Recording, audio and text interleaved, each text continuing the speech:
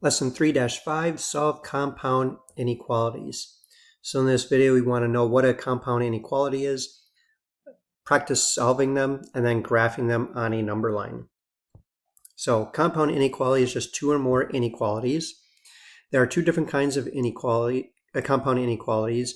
You got conjunction, which is a compound inequality that shares solutions. So they use the keyword and you also have disjunction, which is a compound inequality that does not share solutions. So they use or. And a couple things to keep in mind is when you're graphing them, you use an open circle for less than or greater than. You use a closed circle, less than or equal to, or greater than or equal to, because part of the solution set is that number. So let's take a look at an example. Here we want to solve and graph this inequality. So here, this is a compound, and I know it's a compound because I have two inequalities in here. This is a conjunction because they're connected in the middle here. So there's two ways you can do this. You can separate them as two separate ones, or just keep it as here. And I'm just going to keep it as one here. So I start where the variable is at, and I want to get everything away from the x. So the opposite of adding 6 is subtracting 6. So I do that in the middle, and then I do it on the sides. And all I have left is x is less than or equal to 2, but greater than or equal to a negative 4. Now I know I said greater than or equal to, but it looks like I had like the less than or equal to symbol. But if I read it from the variable, it's x is greater than or equal to negative 4. So now to graph this, I have negative 4 here, and this would be negative 2, 0, and then 2.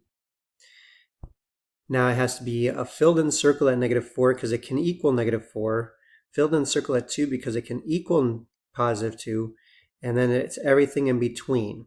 So I connect them. Next, here I have a compound inequality. First I want to get the x by itself, so I'm going to add 1 to both sides, or to all three sides. So now I have 2x left in the middle is less than 4, but greater than or equal to negative 6. Now the opposite of multiplying by 2 is divide by 2. So I divide by 2 on the inside and on the outside. And I'm left with x is less than 2, but greater than negative 3. Then on a number line, you got negative 3, negative 2, negative 1, 0, 1, and then 2. I forgot to put one symbol. This is less than or equal to. So we have an open circle at 2 because it cannot equal 2, and a filled in circle at negative 3 because it can equal negative 3. Has to be greater than negative 3 but less than 2. So they're connected in there, but only the 2 has an open circle on it. Next, some more conjunctions. So I'm going to subtract 1 on all three parts, and x is less than 5 but greater than negative 5. On a number line, going to have 0 in the middle. Here's 5. Here's negative 5.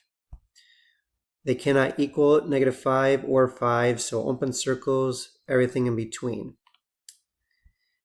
Next, here I'm going to subtract 2. And now I have negative 3z is less than or equal to 3, but greater than or equal to a negative 3.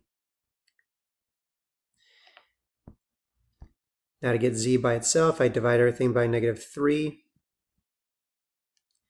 And because I'm dividing by a negative number, I have to flip the symbols. So z is now going to be, so if I do this side, 3 divided by negative 3 is negative 1. So it's got to be greater than negative 1. So I'm going to put that over here. Greater than negative 1. Negative 3 divided by negative 3 is a positive 1. So that means it's got to be less than or equal to a positive 1. Now I can draw my number line. So I have a 0 here, a 1 here, negative 1 here. They're filled in circle on negative 1 and 1 because they can equal it, and it's everything in between. And there's our solution. The next one, here they use the keyword and here. So there's conjunction, so they're doing it two separate ones. So I'm going to multiply this by 4/3 to get x by itself. 9 divided by 3 is 3. 3 times 4 is 12. So x is less than 12. And here I'm going to subtract 8. And we got 4x is greater than 0 divided by 4. X is going to be greater than 0. Then to graph it, we have, say this is 0, this is 6, this is 12. Open circle at 12, open circle at 0. It's everything in between, but they can't equal those numbers on our, it can't equal 0 or 12. Next here I'm going to add 1. And that's going to give us 4r is less than 10 divided by 4. And r is going to be less than 5/2. And over here, I'm going to subtract 8. That's going to give us 4r is greater than 0 divided by 4. R is greater than 0. So on a number line, 5/2 is 2.5.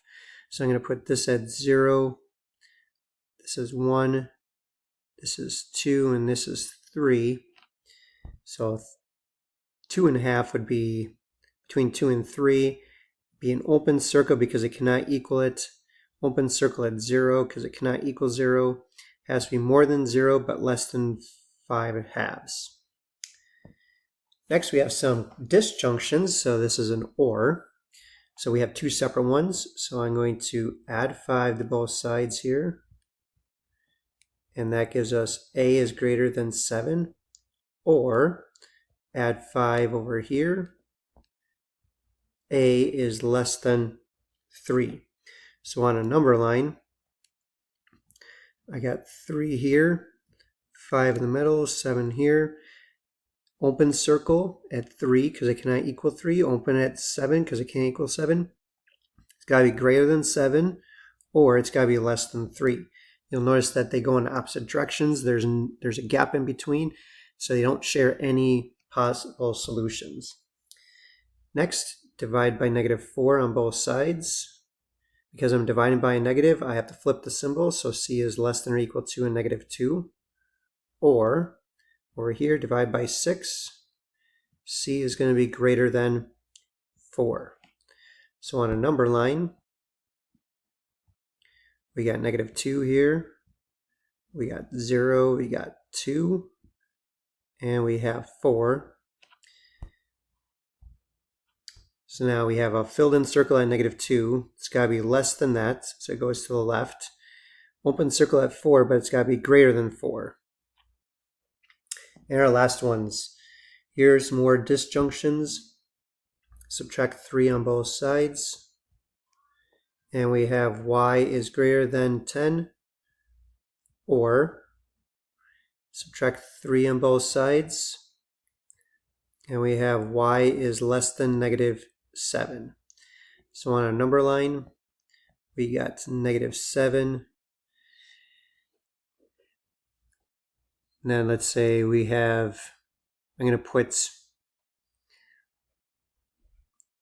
just put this at 2, and this is at 10. We have an open circle at -7 because it can't equal that. Open circle at 10, it can't equal that, so greater than 10, but less than -7. And our last one, subtract 6. We got -4m. It's less than 12. Divide by -4. And m is going to be greater than -3. Or, right here, subtract 6. negative 4m is greater than 36 divided by negative 4. M is going to be less than negative 9. So on a number line, you got negative 9 here, we got negative 3 here, and you got negative 6 in the middle. Got open circle at both numbers. It has to be less than negative 9, so to the left, but greater than negative 3, which means to the right. So that is our lesson on solving compound inequalities.